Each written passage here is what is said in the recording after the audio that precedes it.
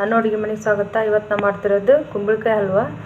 ಅದಕ್ಕೆ ಒಂದು ಅರ್ಧ ಕುಂಬಳಕಾಯಿ ತೊಗೊಂಡಿನಿ, ಬೂದು ಕುಂಬಳಕಾಯಿ ಕಟ್ ಮಾಡಿ ಈ ಥರ ಇರ್ತೈತಿ.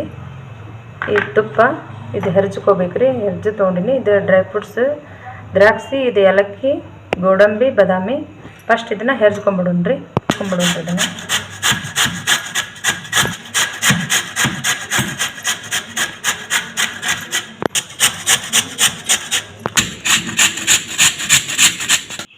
ಕುಂಬಳಕಾಯಿ ಹೆರ್ಚ್ಕೊಂಡದಾಗೈತ್ರಿ. ಇದನ್ನು ತುಪ್ಪದಾಗ ಹಾಕಿ ಹುರಿಯೋಣ ಬರ್ರಿ. ಕುಂಬಳಕಾಯಿ ಫಸ್ಟ್ ಹಾಕ್ಕೊಂಬಿಡೋಣ್ರಿ. ಇದು ಹೆರ್ಜಿದ್ದೆಲ್ಲ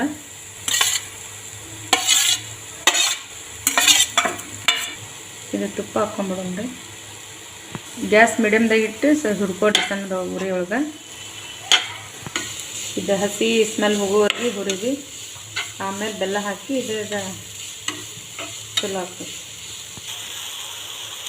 ಬೆಲ್ಲ ಹಾಕ್ಕೊಂಬಿಡೋಣ್ರಿ.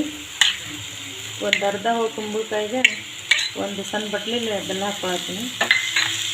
ಸ್ವೀಟ್ ನಿಮಗೆ ಭಾಳ ಬೇಕಂದ್ರೆ ಸ್ವಲ್ಪ 1.5 ಬಟ್ಲು ಹಾಕ್ಕೊಡಿ. ನಾವು 1 ಬಟ್ಲು ಹಾಕ್ಕೊಳತ್ತೀನಿ.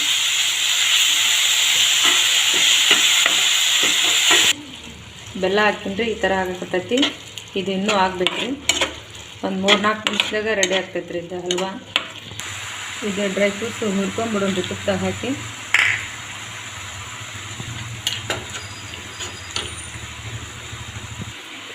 ಹಲ್ವಾ ರೆಡಿ ಆಗೈತ್ರಿ. ಇದು ಡ್ರೈ ಫ್ರೂಟ್ಸ್ ಎಲ್ಲ ಹುರ್ಕೊಂಡು ಇದ್ದಕ್ಕಾಗ ಇದ್ರೊಳಗೆ ಹಾಕ್ಕೊಂಡು ಮಿಕ್ಸ್ ಮಾಡ್ಕೊಂಬಿಡೋಣ್ರಿ.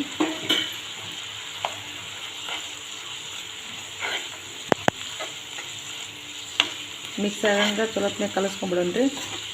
ಹಲ್ವಾ ರೆಡಿ ಆಗ್ತೈತಿ. ಈಗ ಒಂದು 5 ನಿಮಿಷನಾಗ ಆಗ್ಬಿಡ್ತು ನೋಡಿರಿ. ಬಾಲ್ ಸರ್ವ್ ಮಾಡಿಬಿಡೋಣ್ರಿ. ಏಲಕ್ಕಿ ಪೌಡರ್ ಹಾಕ್ಕೊಂಬಿಡೋಣ್ರಿ.